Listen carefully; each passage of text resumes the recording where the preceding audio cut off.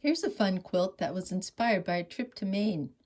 I love the bright colors of the lobster buoys displayed around town. When I got home, I decided that these buoys would be perfect for an I Spy quilt. Making these blocks was pretty loosey-goosey for me because I didn't follow a pattern.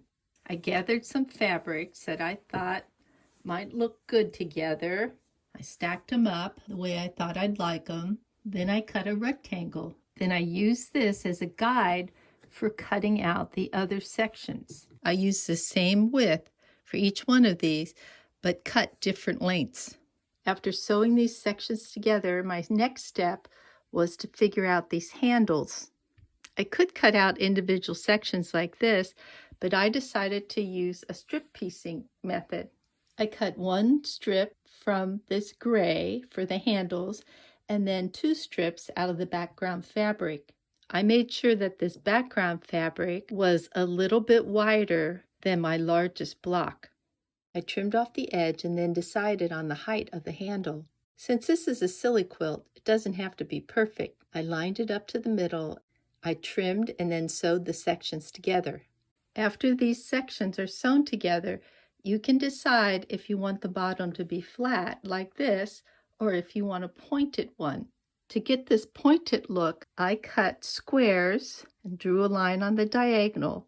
Then I lined them up on the corner and sewed on that diagonal line. After sewing, I trimmed out this excess, as you can see over on this side.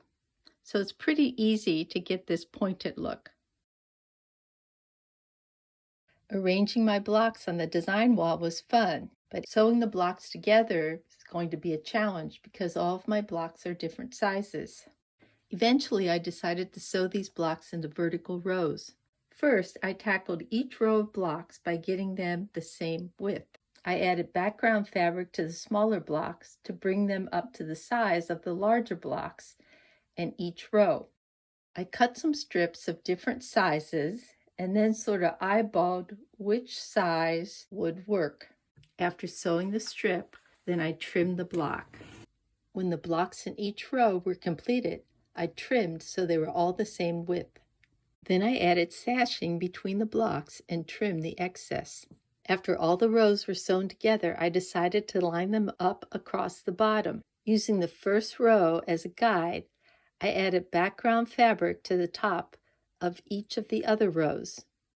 I wanted to add 1.5 inch sashing between the rows, so I cut strips 2 inches wide. I made all the strips as long as the first row. Then I sewed each strip to the rows of blocks, starting at the bottom, and then trimming the excess at the top. And here's my completed quilt. I could have stopped here, but I decided to add extra on the bottom and then sides. Hope you get a chance to try this fun quilt. If you'd like more ideas for I Spy quilts, please visit learnhowtoquilt.com's encyclopedia and click on the I Spy entries.